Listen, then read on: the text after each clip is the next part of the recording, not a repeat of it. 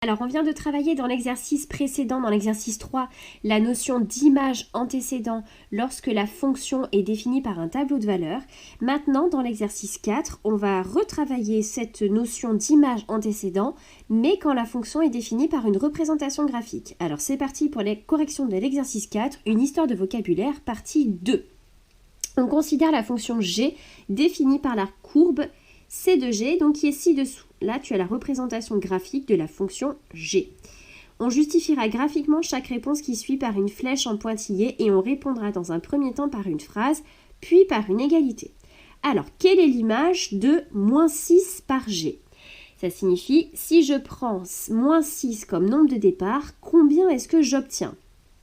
Alors, si je prends, donc tout à l'heure dans le tableau, on regardait dans x égale moins 6 et on regardait la valeur de g de x correspondante. Alors ici, regarde, sur l'axe, ça c'est l'axe des x et l'axe des ordonnées, c'est l'axe de g de x. Ça veut dire que tu vas lire les images sur l'axe de g de x, donc ici tu vas lire les images. Et tout à l'heure, on lisait l'antécédent dans la ligne des x, ça veut donc dire que sur l'axe des abscisses, toi tu vas lire les antécédents. Tac. Donc, je prends moins 6 sur mon axe des abscisses et je vais aller lire sur l'axe des ordonnées l'image correspondante. Alors, pour cela, hop, je reste ici sur ma ligne. Intersection avec ma courbe et je vais lire sur l'axe des ordonnées la valeur correspondante. 6. Donc l'image de moins 6 par la fonction g, on va écrire que 6 est l'image de moins 6 par la fonction g. Et avec une égalité, ça signifie que g de moins 6 égale 6. Question suivante. Déterminez le ou les antécédents, s'il y en a, de 8 par g.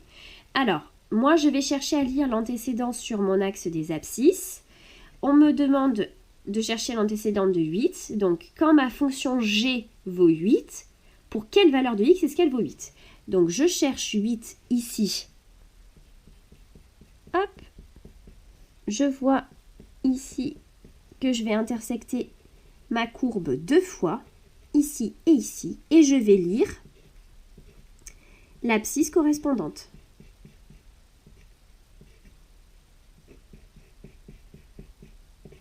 Voilà. Ça signifie donc que 8 a 2 antécédents. 8 a 2 antécédents par la fonction g. On a donc 5 et 7. Et avec une égalité, ça donne, si je prends 5 comme nombre de départ et si je prends 7 comme nombre de départ, g de 5 égale g de 7 et ça vaut 8. Quelle est l'image de 1 par la fonction g? Alors cette fois-ci, je prends 1 sur l'axe des abscisses et je cherche combien vaut ma fonction si je prends 1 comme nombre de départ. Alors on y va, on va chercher l'intersection avec la courbe. C'est ici et on vient lire ici. Moins 8. Moins 8 est l'image de 1 par g. Et ce qui se note, g de 1 égale moins 8. Déterminer le ou les antécédents, s'il y en a, de moins 4 par la fonction g. Alors, je regarde ici ma fonction g, je sais qu'elle vaut moins 4 et je cherche pour quelle valeur de x est-ce qu'elle peut valoir moins 4. Alors, c'est parti. Moins 4, c'est là. J'ai déjà, hop, un premier point ici, un deuxième point ici et un autre point d'intersection avec ma courbe ici.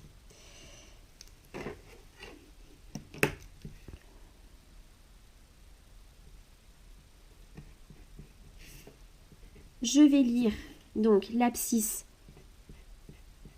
correspondante. Et le troisième, il est là. Donc ici, moins 4. Et pardon, et on en a oublié un aussi qui est ici. Moins 4, on a dit qu'il avait donc 1, 2, 3, 4 antécédents. À 4 antécédents par la fonction g.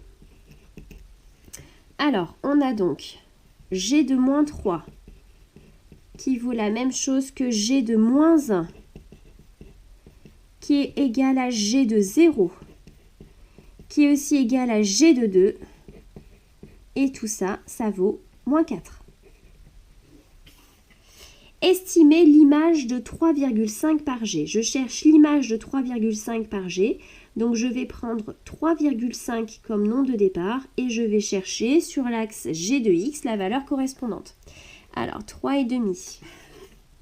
Alors on va estimer l'image. Tac, 3,5. C'est ici. Ça c'est 3,5. Alors, on va chercher l'intersection avec la courbe. Voilà. Ici, j'ai un point d'intersection. Et on va lire l'ordonnée correspondante.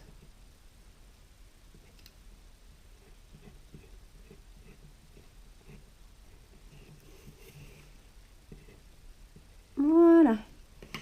Alors, hop, ça, entre 4 et 6, ça ici. Ici, c'est 5.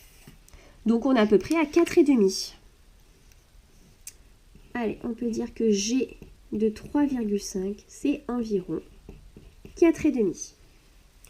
Et enfin, dernière question. Combien d'antécédents possède le nombre moins 9 par G? Alors, combien possède d'antécédents le nombre moins 9 par G?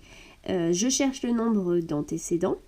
Donc, je regarde pour quelle valeur, je cherche pour quelle valeur de x ma fonction va valoir moins 9. Alors, moins 9, c'est ici. Et visiblement, ben, j'ai aucune valeur de x qui va pouvoir me donner, je n'ai aucune valeur de x au départ pour laquelle ma fonction g vaudra moins 9. Donc, moins 9 ne possède pas d'antécédent par g.